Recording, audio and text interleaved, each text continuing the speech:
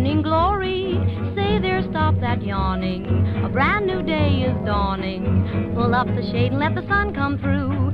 Good morning glory. Spend about an hour underneath a shower and keep on singing like the birdies do.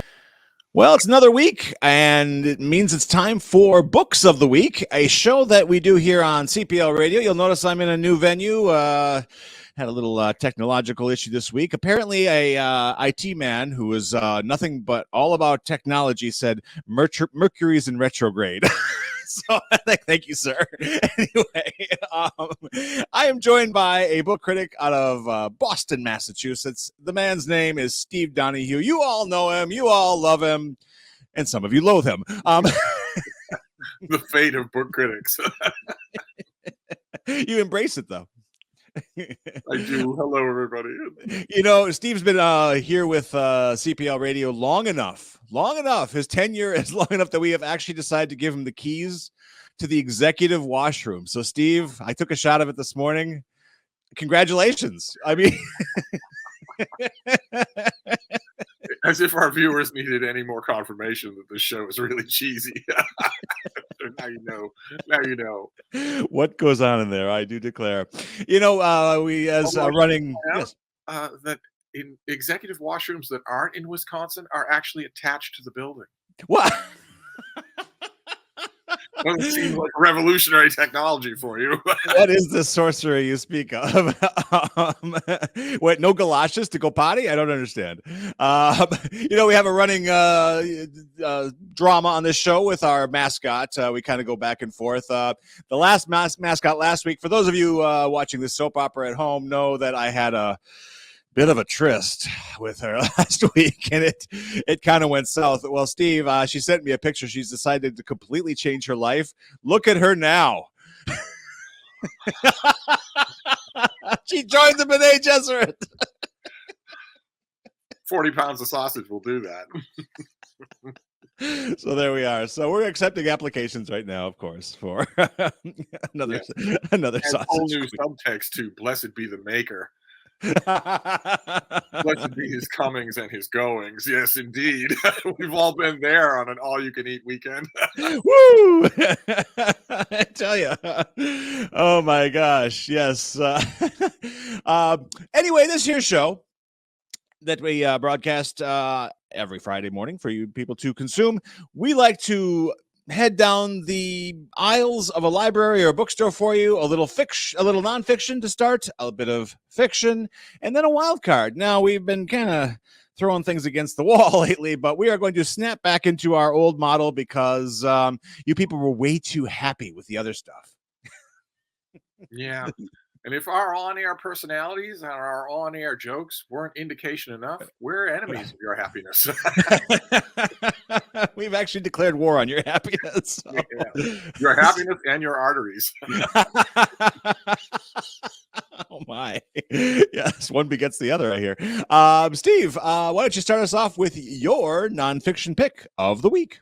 This week, we are going from the fun and frivolity of last week to the depths of despair. You don't get enough of that in your ordinary life. No. Your nonfiction pick is Nuclear War. You know, that's a great title too. It's very eye-catching. Now, the subtitle here is a scenario, and the author is going through how this would actually work. And that, I think, is very clever because it's aimed at a reading demographic that's younger. A reading demographic, for instance, that may be born in the 21st century or certainly born after the fall of the Berlin Wall. Right. And so a demographic that is not living with this reality, it's a theoretical thing. Right. Them.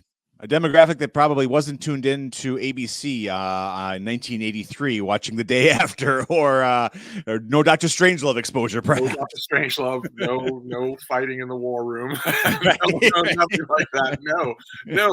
The key here is generational, I think, because there was a whole generation of Americans who grew up during the Cold War. And it's difficult being a member of that generation. It's difficult to convey to younger people what it was like to live with this very specter, this scenario, every single minute of every day. It was Absolutely. on our mind. More importantly, it was on our stomach like a little weight every minute of every day. Yeah.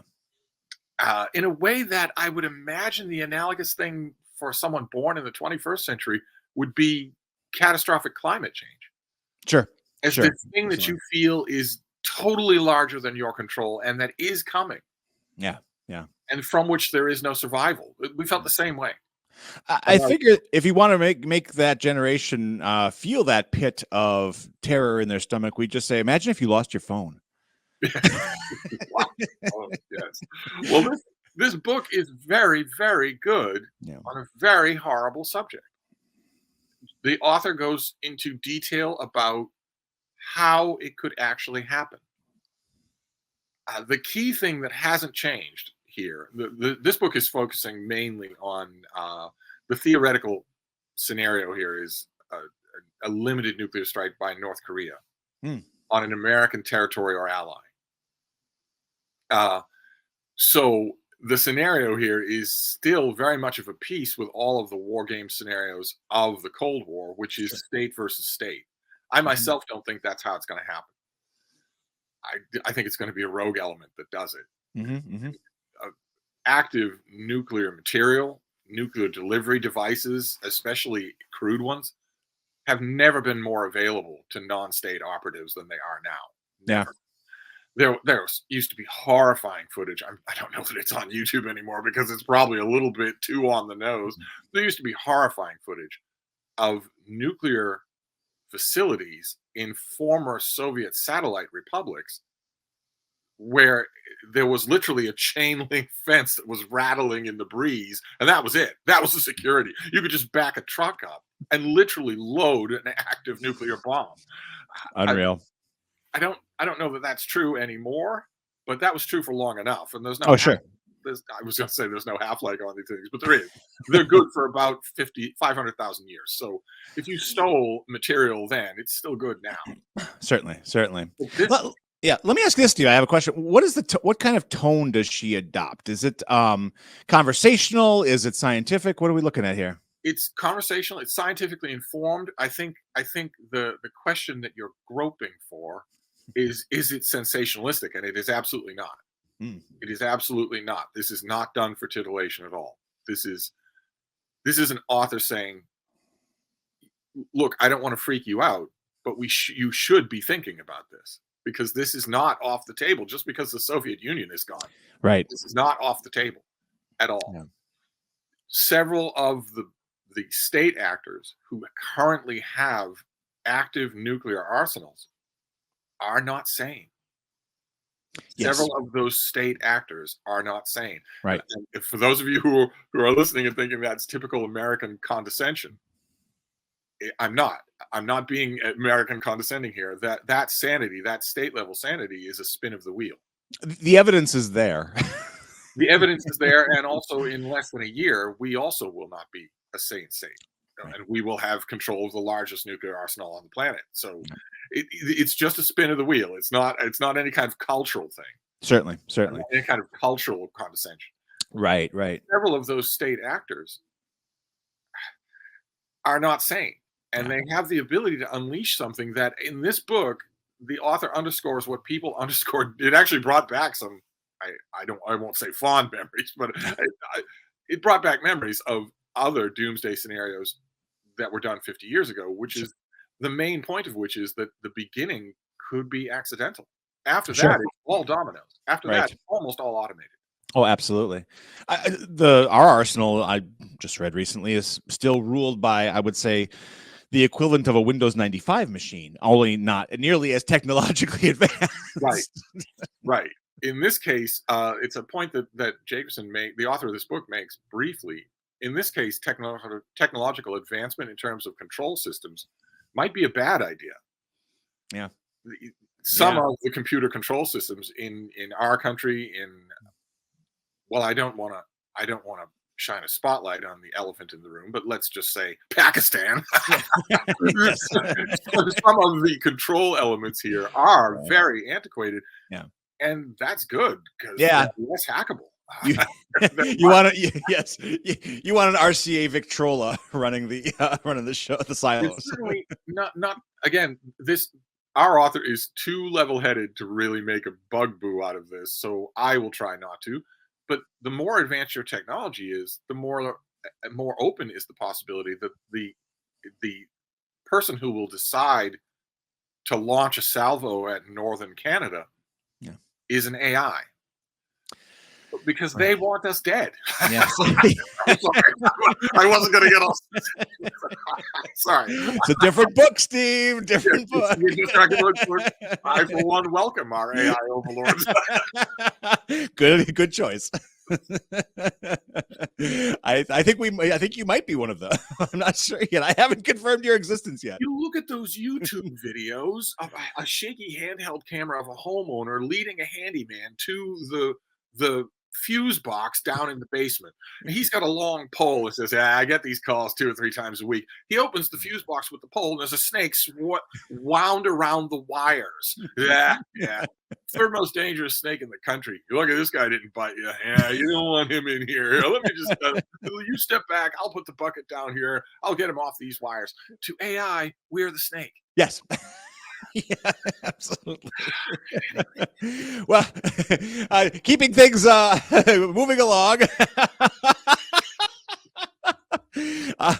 My fellow infestation, Steve and I, we are going to move things on during. And I guess that's a recommend. I would like to at least. It is extremely a recommend. Yes, I shouldn't be allowed. Of course, it's a doomsday scenario book. Yeah. The author makes sure not to call it that, but it is a doomsday scenario book. Yeah. And the point is, the larger point is, if we don't think about these things, we're guaranteeing they're going to bite us. Instead, we should think about them. We should make sure that there are all kinds of safeguards in place, all kinds of talks in progress. We should never be approaching this. And that is done in a really, really smart way, a really effective way. Excellent. The only weak spot in the book is that assumption that the problem here is state to state. That's the only weak spot, because states can be reasoned with. States have a gross national product. States have international trade. Sure. States have international allies. Yeah. Except for Pakistan. Keep shining a light on the most crazy country that has a nuclear arsenal. But states have other levers that you can use. Whereas a non-state operative who just wants you to die, right, willing to die too. Yeah, their rationale is, it's Tuesday. Yeah. I mean, that's all that was required. But maybe that would be too depressing, even for this corrective episode of Books of the Week. Yes. How we doing, everybody? Yeah, how we doing? When's the last time you took a good hard look at those full of shipping containers in your harbor? Oh my, nothing but trouble. What's nice here, as I use a bridge to our fiction selection, is I received a message while we were on the line here. I do have an applicant for our next mascot, our next sausage queen. She is really into it. I'm very excited to make her acquaintance. So we'll talk soon. Looks like she had greens in her hand. That is gonna be a strike against her. I also, that was a big red flag for me too, Steve. I don't think the Brock Queen would approve. Talk about infestation. So there we are. Moving on to the fiction department of Books of the Week. Steve, what do you have for us there? Well, we go from the grim specter of nuclear war to the grim legacy of slavery. Isn't this a fun book? Wow. Aren't you glad you landed on this video, everybody? In this case, in both cases, actually, there is a silver lining. Nuclear War is a terrific, terrific book. You'll be horrified by its implications, but you'll be very happy you're reading it. Riveted sounds like. Riveting read. Yeah. And the same thing is true with our next book, James. Nice. A lot of ink on this one, too. A lot of press. Yeah, well, it's slowly dawned over the last 10 years. It's slowly dawned on the American critterati, the American lit. Is that a word? It's slowly dawned on them that Percival Everett is one of our greatest novelists. He would would give one of his signature wry chuckles at that, but it's nevertheless true. If you're the author, you don't get to make that call. Right. You get to make that call. I've read a lot of interviews with him this week, and I like how he carries himself. Yeah. To put it mildly, success has not gone to his head. No. To put it mildly, he is still just an ordinary person. To put it less mildly, I don't think he gives a shit. The important thing to know here is that, well, there are many important things to know here. First about him is that when we think of great novelists, we tend to think, ordinary readers tend to think, okay, so that's out of my pay grade. He's going to be doing all sorts of stuff that I'm not going to get, and he's not going to want me as a reader. That's absolutely not true. Yeah. It's actually never been true. People who posture as great writers think that way, but not great writers. Great writers don't think that way. And Percival Everett absolutely does not think that way. His books are amazingly good to read. I imagine that you have a few of them at the library. A couple of the holds are climbing rapidly again, just because he's on the cover of like Book Page or whatever. Yeah, I mean, they're doing everywhere now, writing a book that, again, I can't help but think of his wry voice, but nevertheless, I'm going to resort to critic ease. A book that he was destined to write. He would laugh at that idea. But there is, as Ernest Hemingway put it, there is one essential American classic. He was wrong about that, like he was wrong about everything else. But the classic in question here is Huck Finn by Mark Twain, which you all had to read in school. I had to read in school. You should read it. You shouldn't be forced to read it, but you should read it. It's an uneven book. It's a drastically imperfect book, just on the level of craftsmanship. And it is a weird, indelible American masterpiece. Yes. Yeah. I think its imperfections kind of make it what it is too, though, doesn't it? I mean, that's kind of... It is of two minds about what it wants to do and what it wants to be. Those of you who are maybe a little fuzzy on your high school reading will know it's the story of a young boy named Huckleberry Finn who, fleeing his home situation, rides a raft on the Mississippi with a slave named Jim, who is also fleeing from they're both fleeing from their home situations. Right. And in the course of the story, one reading of The Adventures of Huckleberry Finn would say that Huck Finn gradually learns that Jim is a human being. Yeah. And not merely the one word that is used dozens and dozens and dozens of times and guarantees that it will not be taught to the next generation. So pretty quick turnaround on that one. Yeah. We're the last generation that got this in school. You won't get it again. That word, of course, is heavily freighted, and it comes up over and over and over again in Huck Finn. And the reason that the book is flawed is because Mark Twain doesn't actually just directly grapple with that change in Huck Finn. Instead, there are plots and subplots. There are cutesy-poo things. Yeah.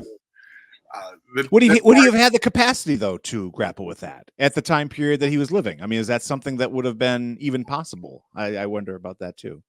Yes. Okay. It was possible, whether he had the capacity or not. I like to think there's nothing that was beyond him. I think it was probably just uncomfortable for him, or maybe off-brand. Maybe he was thinking of sales. Sure. Yeah. There's nothing wrong with thinking of our great authors that way. Yeah. But there were abolitionist writers at the exact same time in American history who could well imagine how to grapple with this thing correctly. So it was possible. It just might not have been. How did the kids put it? It might not have been in Mark Twain's toolkit. That's the frustrating thing about Huck Finn, is that you're reading it and you're wanting it to be one of America's greatest writers grappling with what has rightly been called America's original sin. You feel that same way when you're reading a book that does grapple with America's original sin, Uncle Tom's Cabin, because the whole time you're reading Uncle Tom's Cabin, you're thinking, oh, this is grappling directly with the subject. I just wish she had Mark Twain's writing ability. She doesn't have Mark Twain's writing ability, and she admitted that. Yeah. He has his writing ability. He comes right up to the subject. Yeah. So James, how does Mr. Everett? Where's he going? He has said in interviews that he's known for a long time that he's going to have to write about slavery. Yeah. It's not possible to avoid it, not in any meaningful way. And here he takes that story and writes it from Jim's point of view. and transforms Jim and the world of the book in the process. Mm. And if you think about that as a gimmick, and you maybe are watching the 21st century and you're aware of all the racial hot button issues that we've been dealing with since the execution of George Floyd, you might be thinking, okay, so one of America's foremost writers is inverting the story of Jim from Huck Finn. So this is going to be a strident book and a lecturing book and a mean book. And it isn't any of those things. Really? I confess, even I, when I was going into this thing, wondered if it would be that way. And I should not have. This is too good a writer for that. It's only bad writers who will ever indulge in that kind of stuff. Yeah. This writer he doesn't indulge in that, is what I'm trying to say. Sure. I would say for our readers, I don't usually say this about a book, especially a book that I consider to be really good. I consider James to be really good, and it may be great. I was just going to ask, just from watching your channel and your reaction to fiction, contemporary fiction, I haven't seen you like this in a while about a fiction book. It's kind of interesting. No, it has to be the real deal. Most fiction just announces what it's going to do so loudly. Most fiction is one-dimensional and predictable and lamentable. And, no. I just was describing our show, wasn't I? Well, I meant it in a bad way. The Critterati strikes again. Call up one of the Brock Queens, quick! We have to make this better. Here, no, I'll do better. Donut Queen. And she took her picture with me. There I am. Blessed be our Lord in heaven. Ooh, that's good. I like that one. I'm carrying that with me all day today. No, I feel certain that you will feel the same way about this book. The only thing I will preface it with is something I don't usually say, which is that I think to get the most out of James, you should reread Huck Finn. Sure. Yeah. I think you should reread Huck Finn anyway. Yeah. I think Americans should grapple with Huck Finn anyway. But absolutely, you should definitely reread it before you read James, because this is a weird inversion of Huck Finn in a lot of ways. It's strange because Huck Finn's a sequel. In theory, Huck Finn's a sequel to Tom Sawyer, but they couldn't be more different. It's Tom Sawyer's which I like. I enjoyed Tom Sawyer quite a bit with its earnestness and directness, but then there's Huck Finn. Yeah. It's you should definitely reread it. It won't take you long. It'll take you a couple of days, even with a full-time job. It'll take you a couple of days to get through Huck Finn before you read James. Yeah, I would say do that. Excellent. This seems like it's going to be a book club book and all that kind of. I mean, I think we could do very well with that here in a library setting. So I'm excited to watch this one flourish on our shelves. It's genuinely great. It's not just a retelling of Huck Finn. Of course, Crystal Everett takes the story in its own new directions. Yeah. Well, as we know, Jim disappears in Huck Finn for a section, and I heard that Mr. Everett deals with that, and I think that's fascinating. Yeah, but that's kind of what I'm talking about. Is that will have. This is in no way a dependent book. It's in no way a derivative book. But all of that stuff that he's doing will mean a lot more to you if Huck Finn is fresh in your mind. Absolutely. You just read it when you were in high school. I mean, how many gin-sodden divorces have separated you from those years? You might want to pick up the old scent again. Very good time, yes. Excellent. Well, folks, that's 2 recommendations this week, which is wonderful. Let me see if I can make things worse. It's time for the wild card. I grabbed 5 random books, mostly random, off our shelves, and I am going to pitch them Steve's way, and we're going to see how he recoils in disgust or joy. We're truncating the wild card segment here a little bit. If you are overwhelmingly in objection to that, just let my producer know. If you're overwhelmingly wanting more wild cards, just let him know. Yeah, let me know and I'll bake you a cake.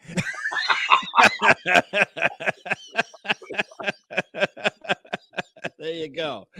All right, let's start with something light because it's been a little bit of a heavy show. I grabbed something from our friends over at Kensington. I think Steve knows what Kensington does. It's a Kensington cozy called 3 Fudges and a Baby. It's one of those mysteries that's set in the most Unlikely of places. This is known as Nancy Coco and the Candy Coated Mysteries series. And this is either book 8, 18, or 206. I have no idea. You'll be amazed to learn I've not read this book. Well, maybe not. Kensington put out 30 books. So there's not much. I assume from the title that it's a cozy mystery. A very, very cozy. Yes. Cripplingly cozy. Those of you who aren't familiar with the term, cozy mysteries is a subgenre of murder mysteries in which the murder is mainly a kind of craft hobby. It brings together an eccentric cast of characters. You're not supposed to remember that great John Mulaney comedy bit about Law and Order. You're never supposed to stop and say, "A man has died." You're never supposed to do that in a cozy mystery. The person is just dead, but that's just to give us something to do. I want to write one that's the title is "The Corpse is Cute." Yes.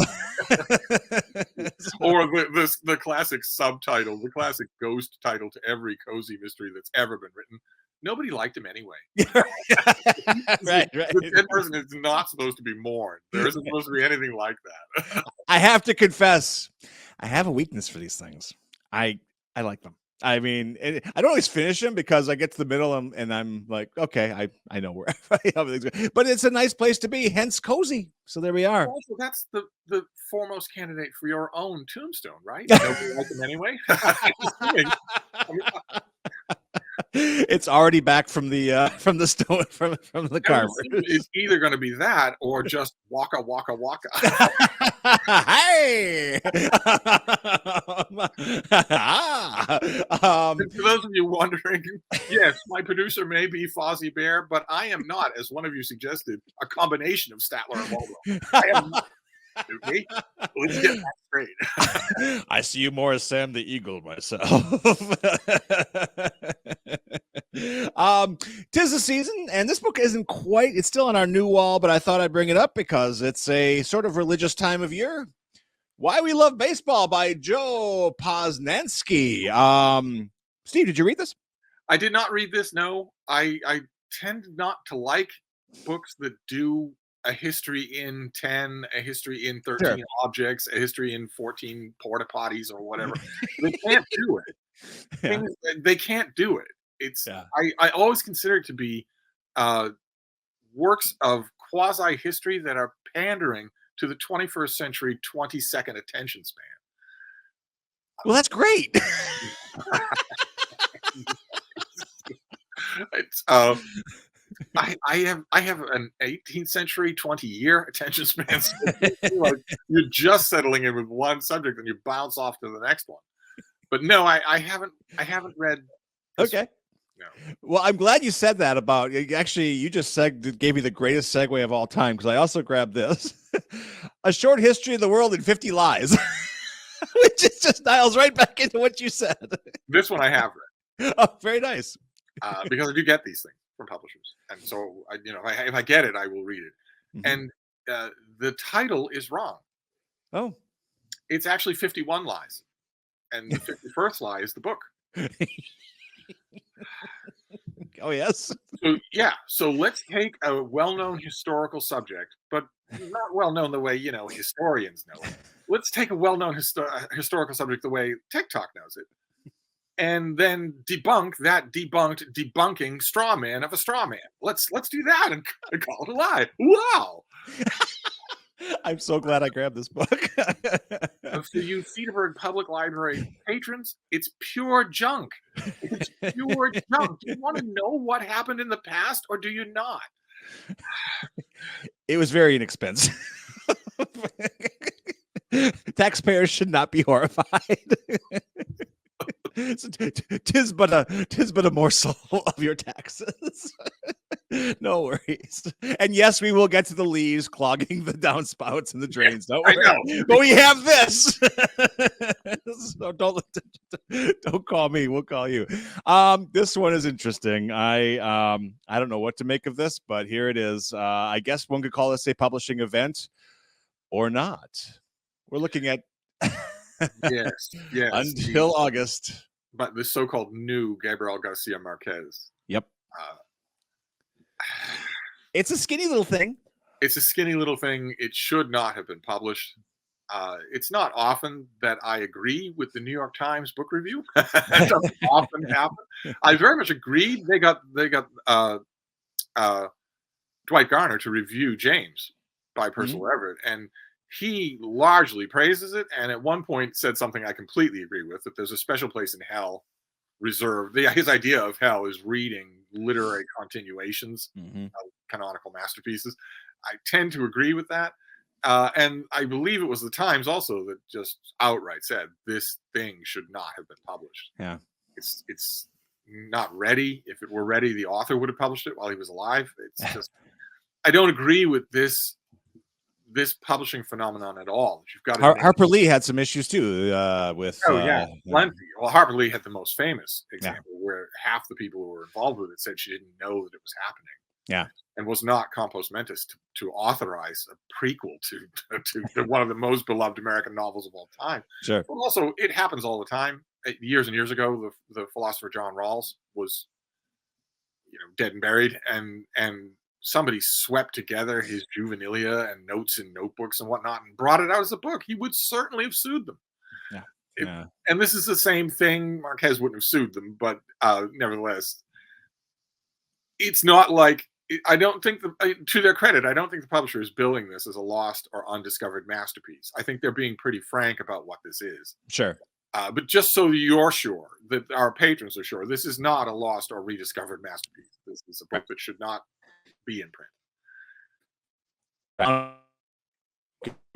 And this right, where are we back? We are back. Fantastic. All right, so this a curiosity at best. You can't beat the price here at the library, so check it out and do with it what you will. This is kind of cool. The inside cover. That's a really good point. Is that this is a thing for your library? Definitely, this is a thing for your library. Check it out at the library first.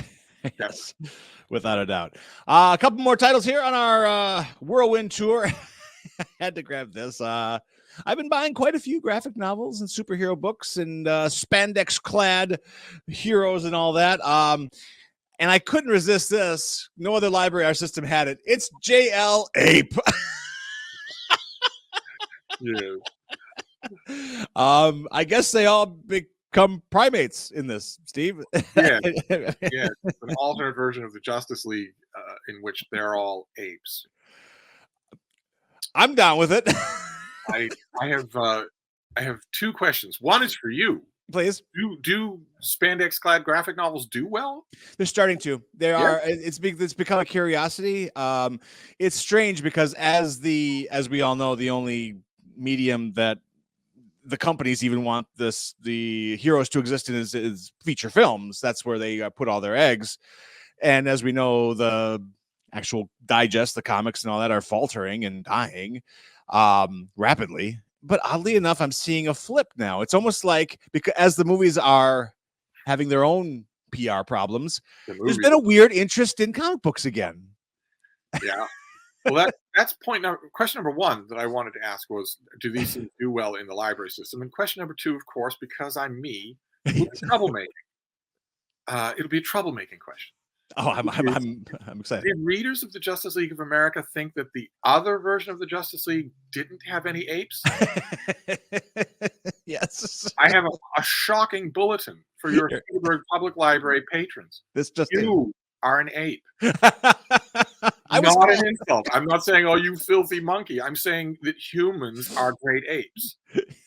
I'm hoping that we're all on the same page when it comes to that. Just because I use a Norelco in the morning doesn't mean I'm not an ape. Feel free to look up the definition of what an ape is. Feel free to look at side-by-side film footage of any other of the great apes, and I'm hoping I'm not ruining anybody's morning here. Humans are great apes. I'd say we're okay apes. I don't know about great. And actually, of course, famously not true for the Justice League. Wonder Woman is a golem. She was carved out of clay. Indeed. Who knows what Kryptonians evolved from? We don't have any idea. Sure. Did they evolve from apes? We have no idea. The Martians? Martian Manhunter? No idea. But mostly, the jail ape was the old Justice League. Yeah. It's interesting. I like comic books for this very reason. When they just go off the rails and do something insane, you'd never see this on the silver screens or at the multiplexes. But this is why this is almost a Mad Magazine approach, and for that I respect it. So I was like, I have to have this in our collection. So there we are. Finally, I'm intrigued at this book, but I hear I shouldn't be. I've seen some mixed reviews, shall we say. How to Solve Your Own Murder by Kristen Perrin, and here it is. What are your thoughts on this, sir? I'm assuming that you always say that with some books the holds are skyrocketing. I'm assuming that's happening with this. It's starting. Crazy. Yeah. I don't really know why. I liked it. I read it and liked it. It's quite charming. As just a regular, ordinary murder mystery with there's one postmodern trick in it. It's not noticeable, not very noticeable. It certainly won't ruin your reading experience. It's a fine weekend's read. Okay. But for some reason, it is taking off. Do we know what the reason is? I should probably know that. Did some celebrity? Yeah, I don't see. There's no Reese. There's no Jenna. There's no Good Morning America. Certainly no Oprah. So that's that we have to strike that down. What about Shia LaBeouf? Oh, there it is. Did he recommend it? SLB, right on it's the SLB book club. I don't know. You live with Timothy Chalamet. Has he read it? I do, and he has not. No, there's no reading going on there. But no, it's getting popular. It's charming. Okay. If you Cedarburg patrons out there, if you read this thing, and you can figure out why it is suddenly taking off, why everybody's talking about it, feel free to tell me. I'm not saying it deserves success. It doesn't do anything wrong. Sure. It's just a little odd to me. Ordinarily, when something like this happens, there's a reason that you can easily spot. And I can't spot it with this one. Sure. I can't quite tell. And you know what? This is a debut, too. So we can't even bank on prior success here. You know what I'm wondering now? Since we're both really old and out of touch, I'm wondering if this is book talk. Oh, if TikTok is the reason for this. Be the one thing I would never expect because I wouldn't think about it. Bit of a juggernaut, yeah. I wonder if that's what's doing it. You should ask your patrons.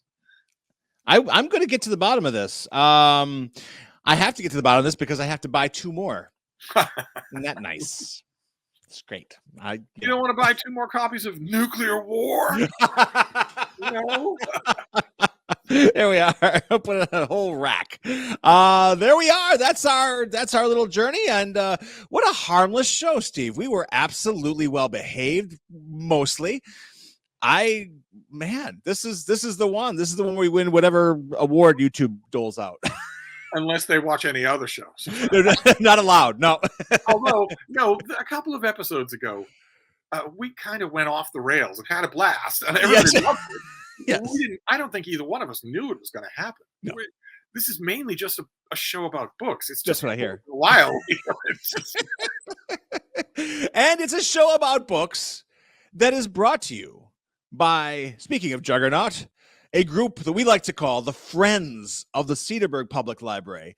Now, this group here, they tireless. Oh, yes, Steve, you have yes. One of the Friends is actually a continuation of a great American classic. Oh, which classic? Which friend? I have to know. It's not the one you think. I know immediately you're thinking, when you think that, you're thinking, oh, it's the friend with the ivory leg. No, no, it's not that friend. we have a lot of dogs in this town. If they have an ivory leg, the dog's going to take it and run. So there we are. And we are back. And there you go. We have done our jobs this week. Thank you so much to Steve Donahue in the home of Boston baked beans and Boston cream pie, all the things I love. Are we ever going to identify what that job is? I got a resume around here. We don't have any idea what that job is. I filed my resume around here somewhere. I have no idea. It's behind the filing cabinet, behind the donut box. We'll be back next week. Promise. Well, as much as we can. And we'll talk to you soon. Have a nice reading week. You as well, Steve. Bye-bye. Bye, everybody.